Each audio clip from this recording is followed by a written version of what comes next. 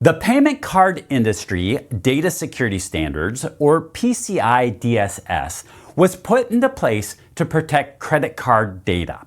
Essentially, any company that processes credit cards has to comply with PCI DSS. Essentially, all of the big credit card companies like Visa, MasterCard, Discover, and many more got together and decided that they needed to protect this credit card processing, that anybody that stored or processed credit card information needed to have a stricter level of security to protect this data. In essence, it's protecting these credit card companies and also protecting us consumers to make sure that our credit card information was safe. The standard was put into place in 2004 and really applies to anybody that's processing credit card information. So if you're collecting any kind of credit card information or processing it, you must comply with it. PCI DSS is really not designed around consumer privacy.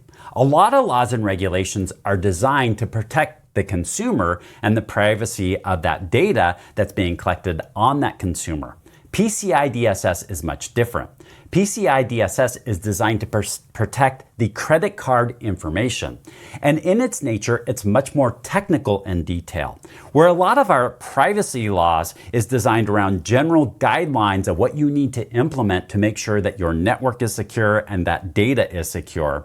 When it comes to PCI DSS, it gets much more technical in details and lays out all of these steps or all of the controls that you need to put into place to protect that credit card information. So it gets into a lot into your network and how your network is designed and specific design principles within your network. Here's some highlights around PCI DSS. For one, it's global in nature. A lot of laws and regulations really apply to residents in a certain area. This is global, in which it doesn't matter where you are, it really applies to you if you're processing credit card information. It also, once again, is more technical in nature, protecting that cardholder's data and the credit card information. And it sets up things like maintaining a proper vulnerability management program. It talks about implementing strong access control measures, talks about regularly monitoring and testing a network, and you have to set up outside sources that do pen testing across your network, and maintain information security policies within your organization. And there's this compliance level with it, and there's different levels. So you have to comply with these different levels based off of what you're doing with the credit card information.